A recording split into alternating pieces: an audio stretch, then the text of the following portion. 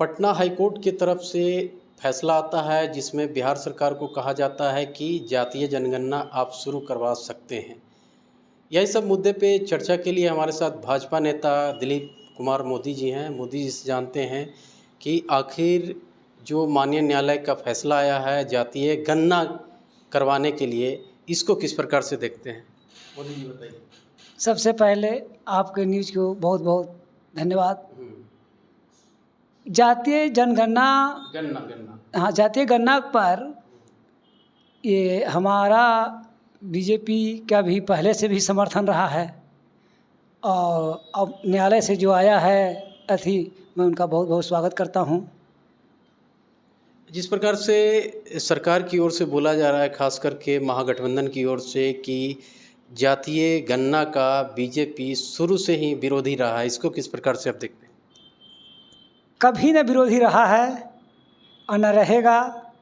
और जब आप खुद समझ सकते हैं, जब हुई थी तो जब साथ में थे उस समय भी बात को रखा गया था, उस समय भी समर्थन पे थे, आज भी उसका समर्थन में है, ऐसा कोई बात नहीं है।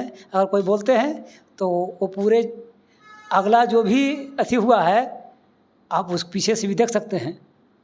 जिस प्रकार से महागठबंधन की ओर से, खास करके जदयू और आरजेडी की ओर से स्टेटमेंट आता है, बोला जाता है कि आखिर केंद्र सरकार केंद्र की तरफ से जातीय जनगणना क्यों नहीं करवा रही है? जातीय गणना केंद्र की ओर से बात वो नहीं है। केंद्र जब करेगी तो पूरे भारत के लिए करेगा, ठीक है। और यहाँ जो है कि अब बिहार सरकार का मंशा है कि हमको अभी तुरंत होनी चाहिए।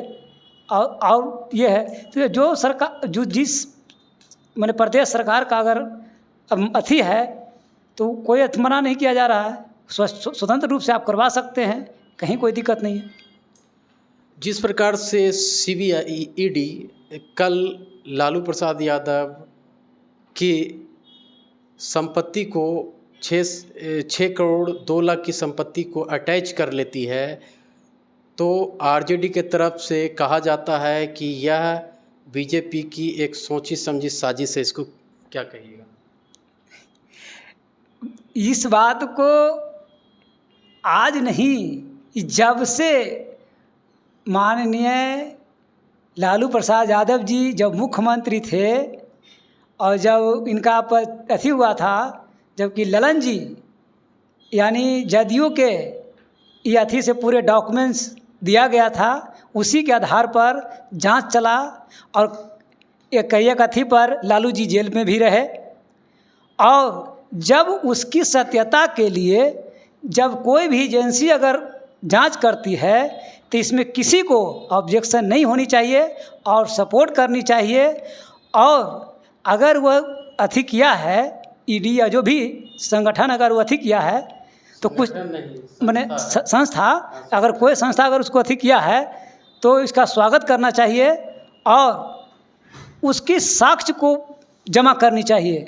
अगर थेथरोलॉजी का कोई विकल्प नहीं है और जो जैसा करेंगे वो जेल जाएंगे, इसमें कहीं से कोई दिक्कत नहीं है। लेकिन राजद की ओर से कहा जाता है कि कुछ दिन पहले 900 करोड़, फिर उसके बाद 600 करोड़, अब 6 करोड़ की बात एक सोची समझी साजिश है। ये आपकी आंकड़ा है ना, ऐसा 900 करोड़ 600 करोड़ 600 करोड़ या 6 करोड़ ये एक आंकड़ा जो है, जब उस संस्था जब वो जांच कर रही है तो फिर इसमें संस्था और वहाँ का जो है एक आंकड़ा लगाया गया है, अनुमान। उसके अनुमान में ज़्यादा भी हो सकता है, कम भी हो सकता है, इसमें कोई लेकिन परंतु होने की बात नहीं है। सब सामने आ जाएगा, आप देख लीजिएगा, और इससे ज़्यादा क्या कर सकते हैं। लेकिन जिस प्रकार से जब से इंडिया, खास करके अलायंस की बात कर लें, जब से इंडिया अलायंस बना है बीजेपी में और ख़ास करके एनडीए में खलबली मचा हुआ है, इसको किस प्रकार से आप देखते हैं? खास करके इंडिया के अलायंस पार्टनर ही लोग कह रहे हैं। आज मैं बता देना चाहता हूं मनीष जी जिस तरह से इंडिया नाम रखा गया है, तो एनडीए ये आपको अपने ही संगठन में मारामारी हो रहा है। और बहुत जल्द आपको देखने को मिलेगा 15 अगस्त के बाद बहुत जल्द महागठबंधन इंडिया जो बना है उसमें भगदड़ मचने वाला है। और मैं जिस तरह से कि हमें सूचना मिल रहा है अंदर से कि एनडीए और इंडिया एनडीए का न कोई टक्कर था, न टक्कर है और न टक्कर रहेगा। और अगर एनडीए 400 पार एकदम आने की पूर्ण संभावना है। एनडीए बड़ा कि इंडिया? एनडीए का मैं पहले ही बोल दिया, एनडीए का कोई टक्कर ही नहीं है। हम मोदी का तो खैर कुछ कहना ही नहीं है। इंडिया बड़ा कि एनडीए? इंडिया नहीं, इंडिया रखने से इंडिया हो गया नहीं, ये बिल्कुल गलत है। अगर कोई किसी को कर दिया इंडिया, अरे इंडिया से कहने से नहीं ना होता है। इंडिया बड़ा, इंडिया तो इंडिया है, लेकिन इंडिया का देने से इंडिया थोड़ी क्या हो जाएगा वो।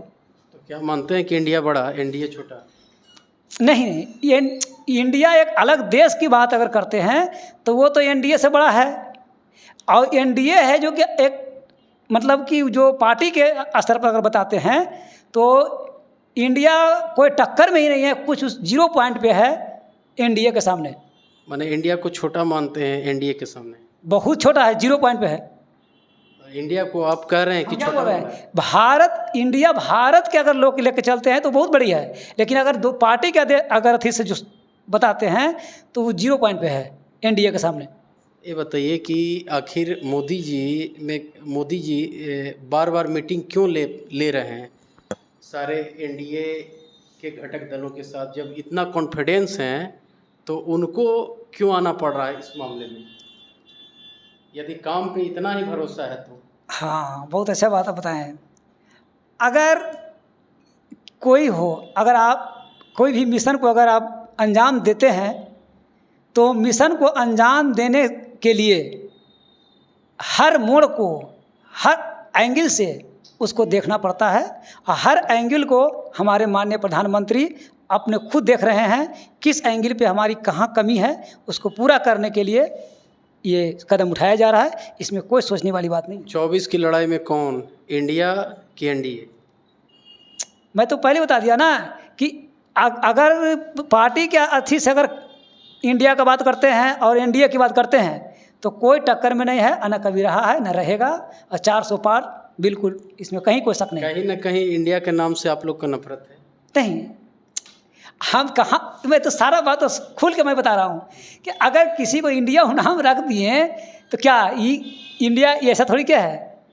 नहीं, ये पार्टी के अलग से जोड़िए और इंडिया को अलग से जोड़िए। तकलीफ क्यों हो रहा है इंडिया के नाम रहने से? अरे भाई, वो इंडिया हमारा देश है, हम इंडिया का अथी है, वासी हैं। आप बताइए, अगर उसके बारे में अगर बोलते हैं या कोई भी बोलता है नागरिक तो ये उचित भी नहीं है। इस बार एनडीए कितना पार?